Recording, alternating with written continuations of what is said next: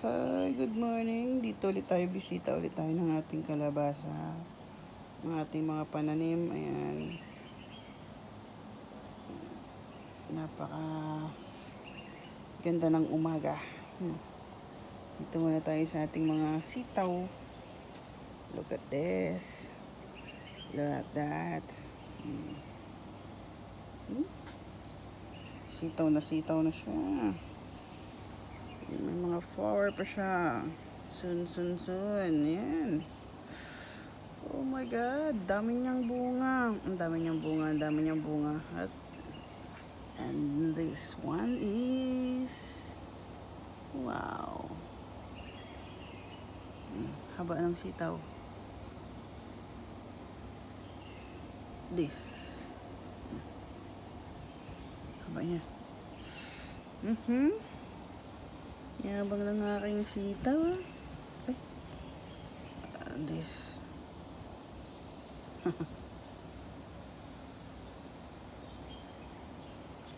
Haba. Ang dami ng kanyang bunga. Oh my God. Ang ating kalabasa. Ang tataba talaga. Kasing taba ko. Kasing taba ko.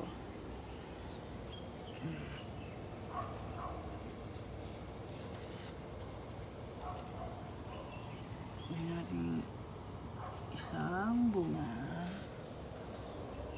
And we're going there.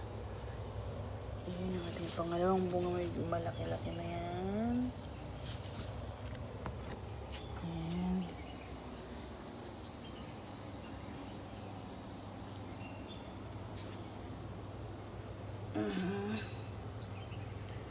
Asan yung pangatlong bunga natin? Pero, before that, meron tayong bulaklak ulit. Ayun, nagtatago. Ayun, dami. May panggulay tayo ngayong araw. Gugulayin kita. Sorry naman in advance. Magugulay ka. Oops. Nasaan yung ating pangatlong bunga? Hanapin natin yan. Nasaan yun?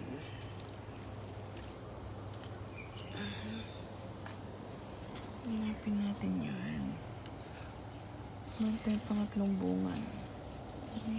Yun! I saw you from a distance. Kaso ito siya.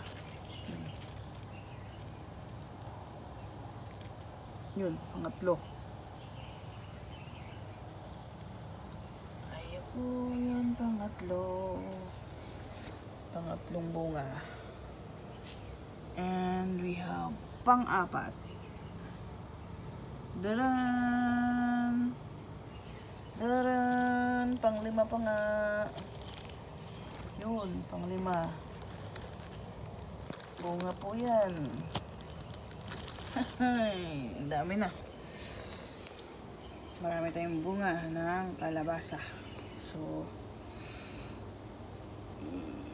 ito naman yung ating okra. Palaki na po yung kanyang bunga. The other one is... Kaso, kawawa yung mga daon, no? Bakit? May mga insekto ba?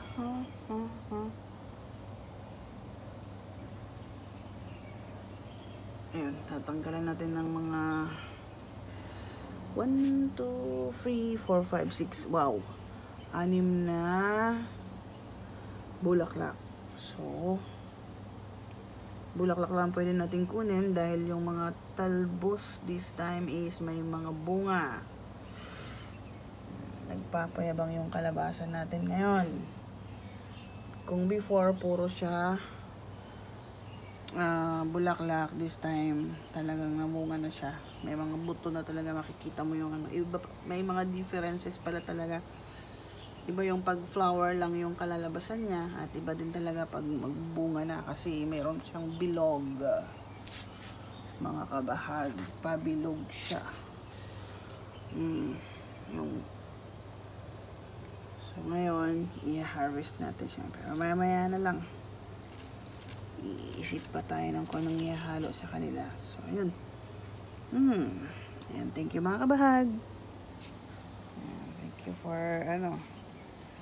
watching sa pag-tour ko sa aking munting taniman.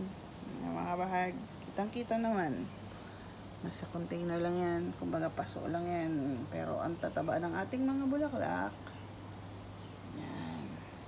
Yung ating sitaw. 3 puno yung sitaw na yun dati.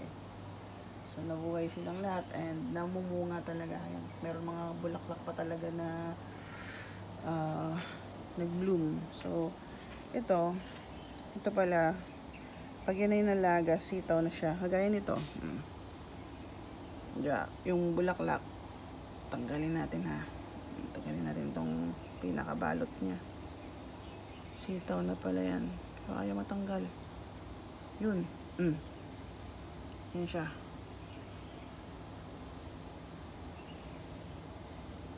Ito siyang cute na bulaklak niyo. Purple.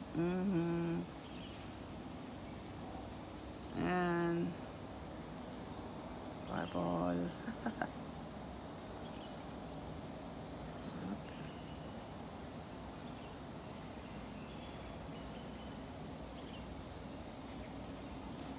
Maambon. So, kailangan pumasok sa loob.